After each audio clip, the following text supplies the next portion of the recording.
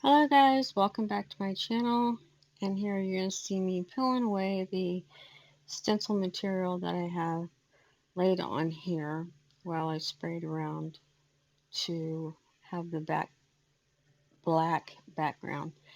But anyway, once I take this off, from spraying over top of the stencil material, you're going to get a lot of little pieces of paint that it's going to flake off of it because it is a enamel paint. So um, when I take that off, I use my airbrush just with air to spray off those little specks of paint. And then I'm going to take off the next little stencil here over the hand, peel it back.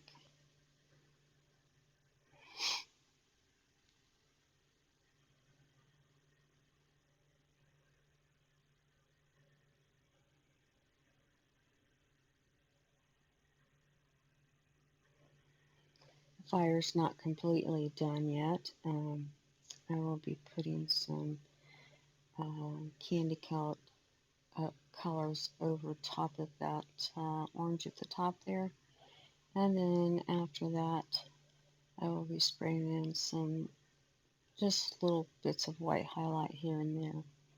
Again, I'm spraying away little black specks, but then of course we're going to want to use a tack rag to wipe off the rest of it.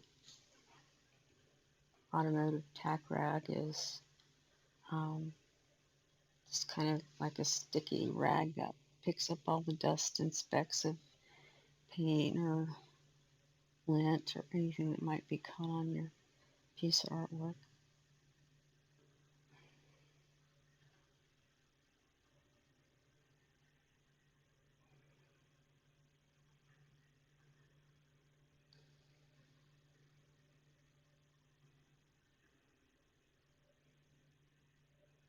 Trying to blow away underneath of the piece too. Here I have a little piece of Scotch Brite, gray Scotch Brite pad that I had cut off. It's just a little dinky piece. And I am going around and resanding over the edges of where I peeled that off because there's going to be a little bit of a sharp edge there from where I sprayed the background of the panel black. And I don't want that to be so sharp that it's gonna like pick up. Now you will be able to feel a little bit of a line, but once I clear coat this with automotive paint, it will sink down in there and you won't be able to tell it at all. And that's why I am sanding a little bit around the edges here. Of course, I'm going to sand a little bit over onto the fire, but not enough that it's going to be noticeable because I'm going to be airbrushing this hand and adding some more fire in there. I'm not all that worried about it.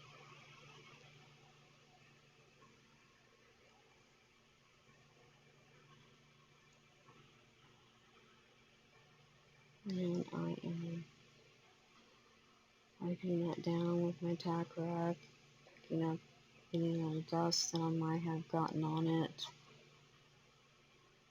and wiping it away.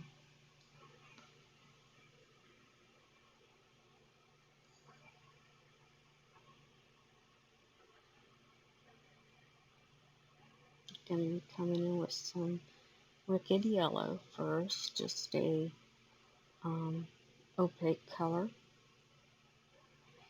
Just highlight those edges with yellow at first. And then down on the hand also I'll be spraying some yellow in there. And the yellow is just to kind of pick up some of the color of being so stark white there. Because I'm going to be laying in a flush color. But I wanted to kind of put some yellow in there to give that tint, that hue that I'm wanting. And part of this hand eventually will look like, the fingers will look like they're a flush color, it then back toward his palm, I guess you could say, into the wrist area. It's going to look more like um, a, like if you've ever seen a really hot fire and that crackling coal or whatever, it's going to kind of look like that. And then his sleeve there, um, I want it to look like there's those holes in it and fire is coming through, of course. But and then the other hand reaching out is like he's reaching to keep him from being in the fire.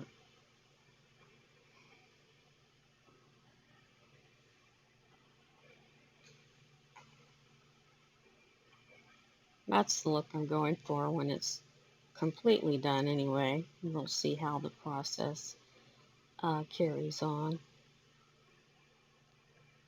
Here I'm just beginning to lay in some flush color, and it's sepia with a orange, I believe,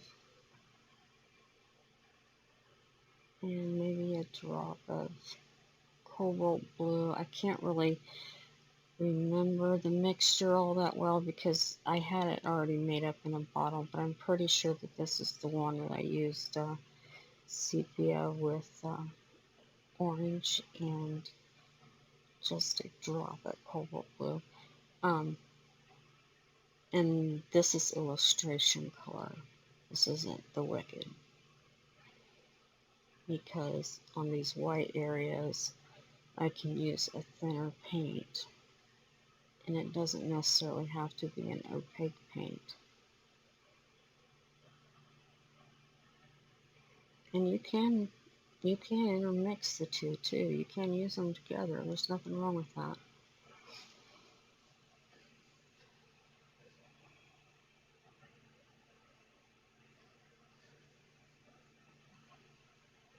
You'll notice me having a little trouble with my airbrush, and I think it's because I'm trying to use the color I already had mixed, and I'm kind of trying to fight from having to clean my airbrush because I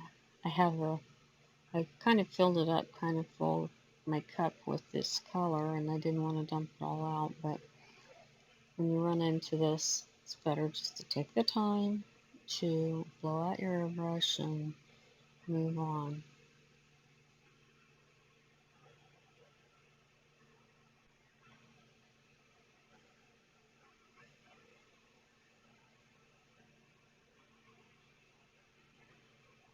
And since this is a white area, I can use my mark eraser here to go in and erase some of these places where the overspray hit that I don't really want it in.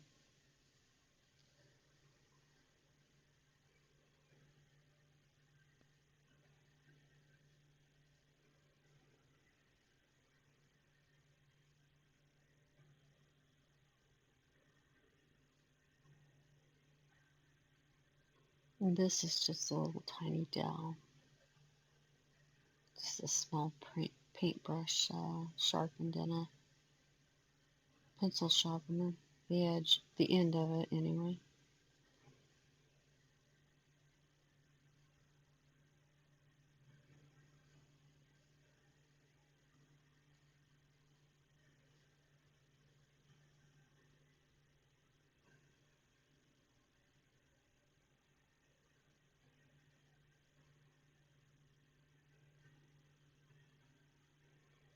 I'm going around the edges here with that dowel, and you can't really pick it up too much on the camera, but I am kind of scratching out some bright highlights of white here where I added some of the color to that to the wrist and to this sleeve part that's hanging down here, because I will be airbrushing fire coming up over top of that, and we will want that really bright highlight, and I'll be adding some opaque white to that to get that look.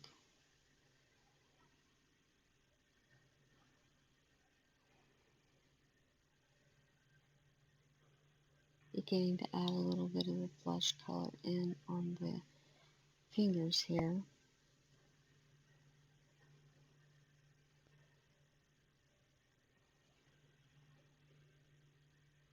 It's going to look a little dark at first.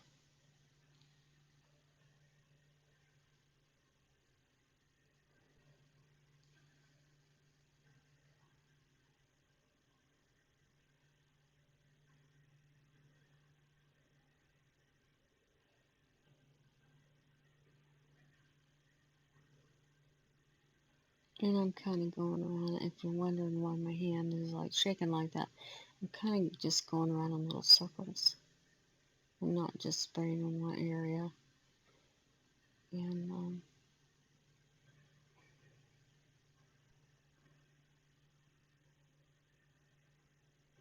I had a few little speckles come out there, so I just took my bigger dowel and kind of picked them off with the edge of the wood.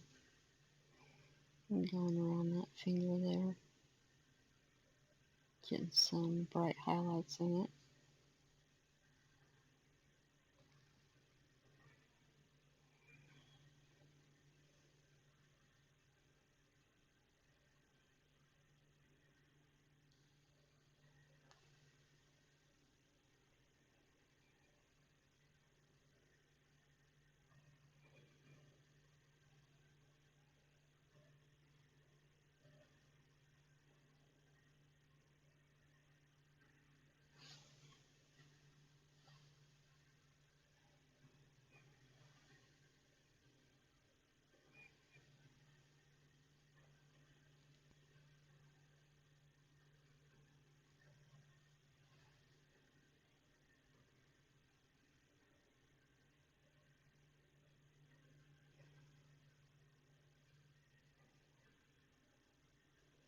It's beginning to lay in that color here and there, and it's going to get a lot darker um, on the palm part, and then lighter on the fingers.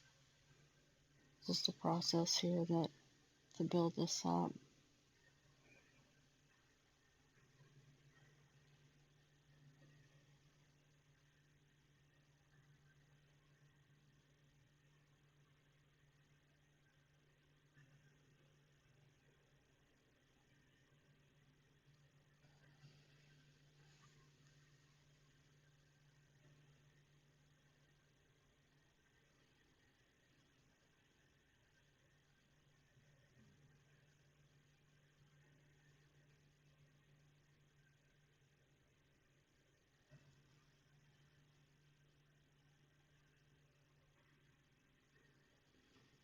Spraying a little bit of color in that sleeve there, even though it's going to be um, much darker on the one end.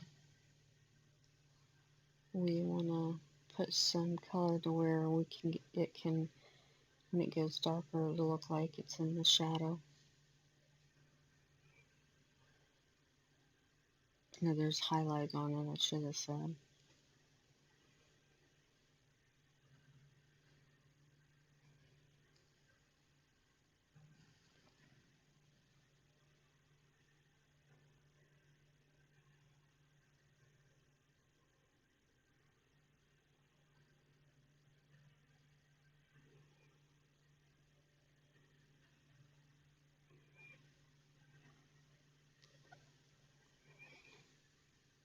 And as you can see, I'm not too worried about the overspray going off of the hand there, because it's mostly laying on that black, and I can always come back in later with a little bit of black and cover up any overspray areas, and into the fire there. It's going to be I'm going to be covering some of that up with a candy, so I'm not so worried about the overspray.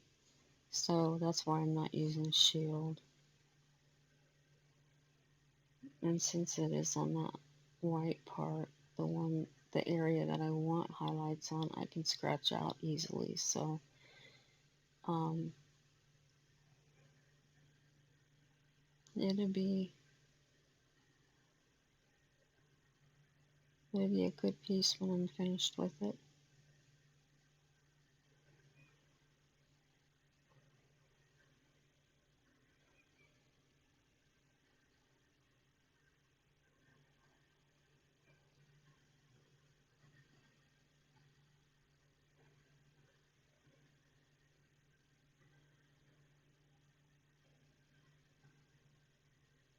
Using my eraser to just erase out some highlights in the fingers there, and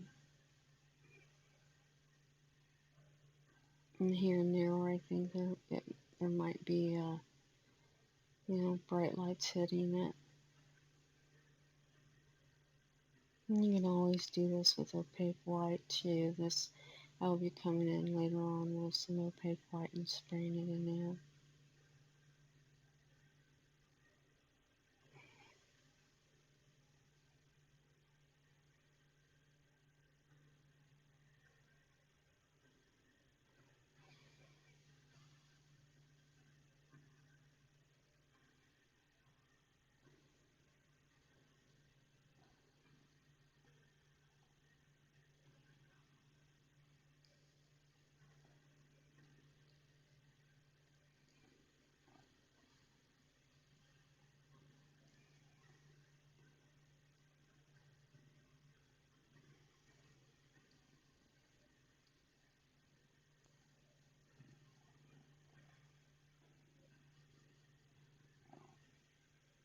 My cat came to join me, so he's up here purring. You hear it, it's my kitty cat.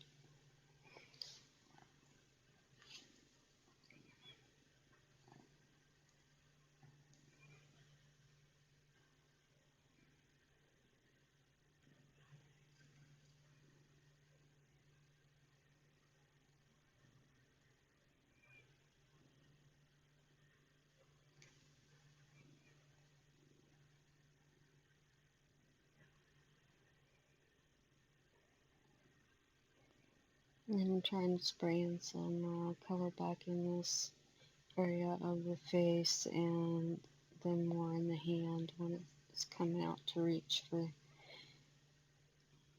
whoever's hand it is coming through. But I just want to get some base color on it.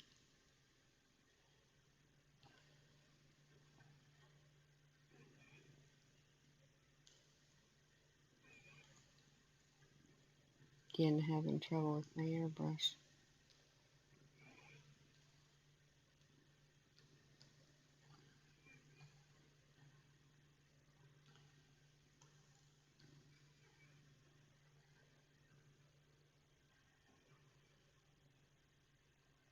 And I have my one hand, I'm bracing my pinky on that piece there and airbrushing so I can get a steadier hand.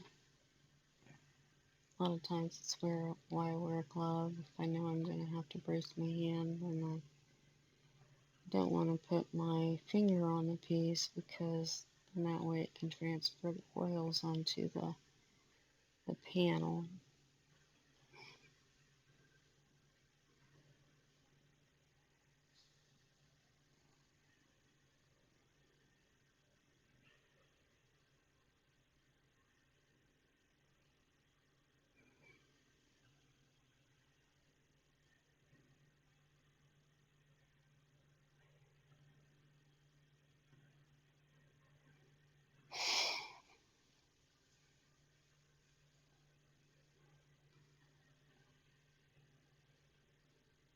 Tracing out some highlights.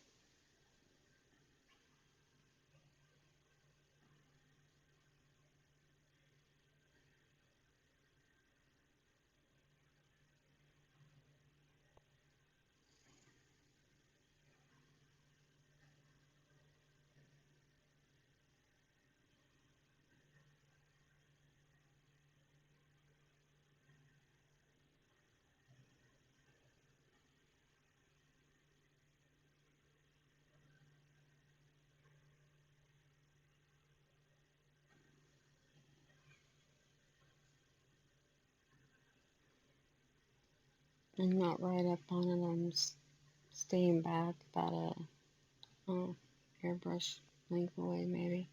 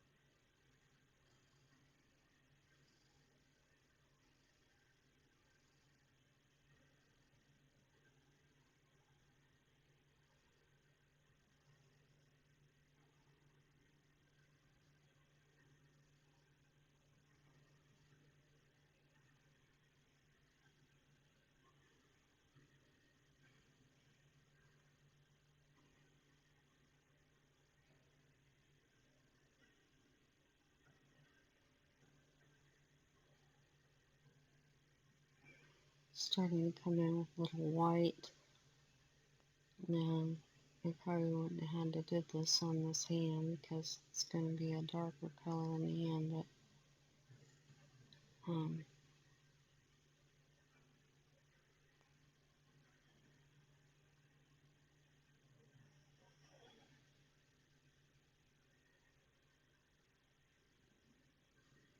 put in a little bit of white highlights here and there in the fire.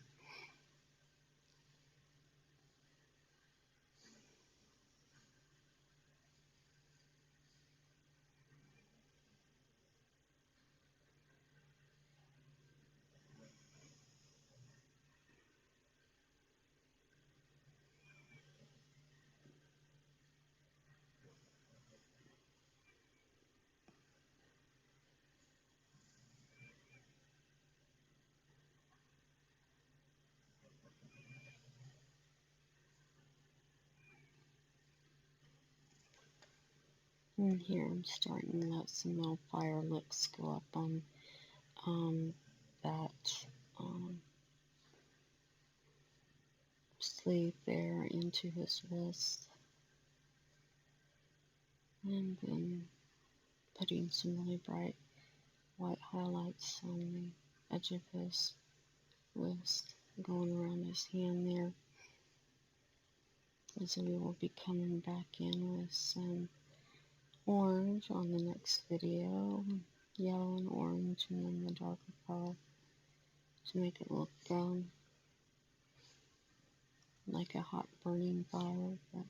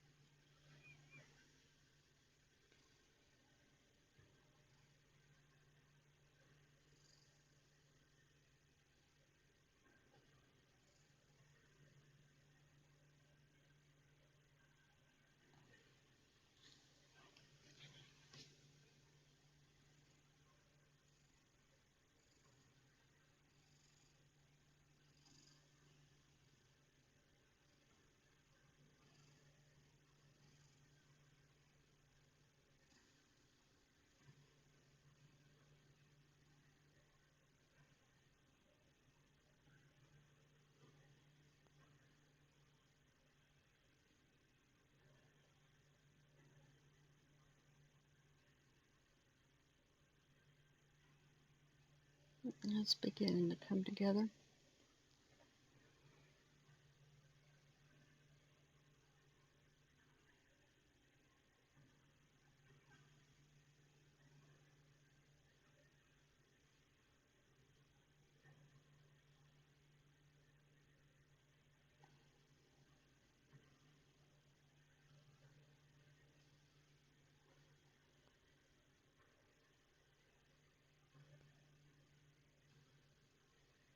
Just a few little spots of white here and there, and it just really brightens it up.